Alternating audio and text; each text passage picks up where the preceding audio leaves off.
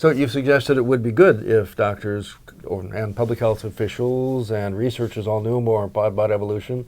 What are your suggestions about how we go about doing that?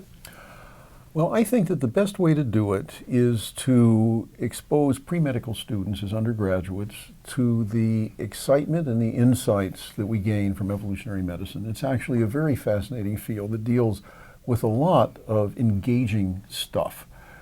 And I think that if we can do that with the people who are going to medical school, that they will then start asking their medical school professors for a bit more information on things like cancer, antibiotic resistance, difficulties in childbirth, why does this exist, how did this evolve, why are we faced with these problems as doctors?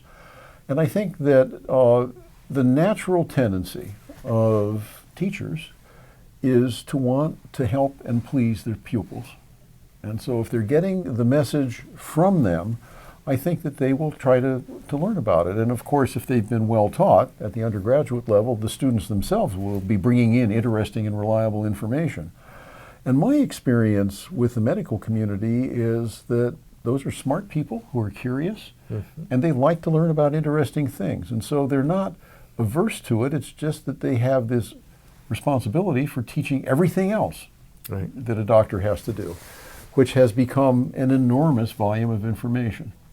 So I think the way to do it is from below, by essentially showing pre-medical students what a beautiful, interesting set of ideas are contained in evolutionary medicine, and then let them do the convincing, because they are the messengers that will be paid attention to.